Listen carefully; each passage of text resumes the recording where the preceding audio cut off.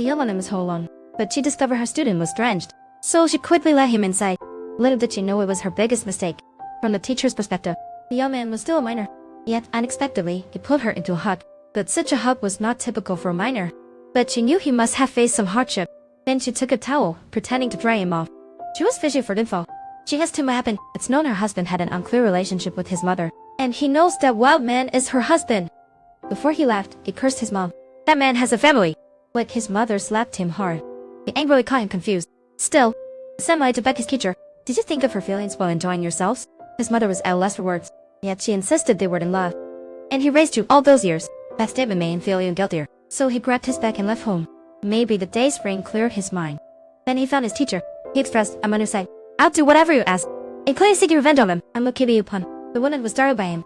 The young man's mindset is completely off, but she's not much better off. Yesterday, she found her mother-in-law's chat logs. Her mother-in-law had accepted the husband's affair. She thought she was just a maid, cooking and cleaning for them every day. Until she saw their chat conversations, she saw she was just a foolish pawn. It turned out they had planned everything over a decade ago. Today, she found out she's a Tekka's daughter. But they had already known her true identity, and aimed to squeeze money out of her. At that moment, she wished to force-feed them their own lies. But now she sees how genuine the young man is. She began to feel moved. Her cautiousness at the door indicated it was clear she had teamed up with the young man. When home, she started to reflect. She questioned whether her actions were right. That night, she wanted to give her husband one last chance. So she wanted to ask him if he truly loved her. Unexpectedly, he didn't even want to lie. His responses were devoid of love, only gratitude. This determined her to pursue revenge fully. What did her grandfather barely hand on? She spoke to herself, how can I make my mother-in-law and husband pay? Suddenly, her grandfather seemed to say something. In a faint voice, he tells his granddaughter, life lasts only a few decades. You must live your own life. After saying this, Grandpa took his last breath.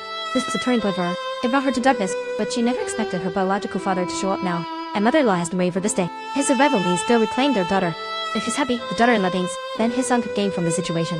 After returning, she claims she's the hidden daughter that the jewelry girl had. If he hadn't come to Grandpa's funeral, I wouldn't know the roots. Mother-in-law jumped up in excitement. Then she asked her what they talked about.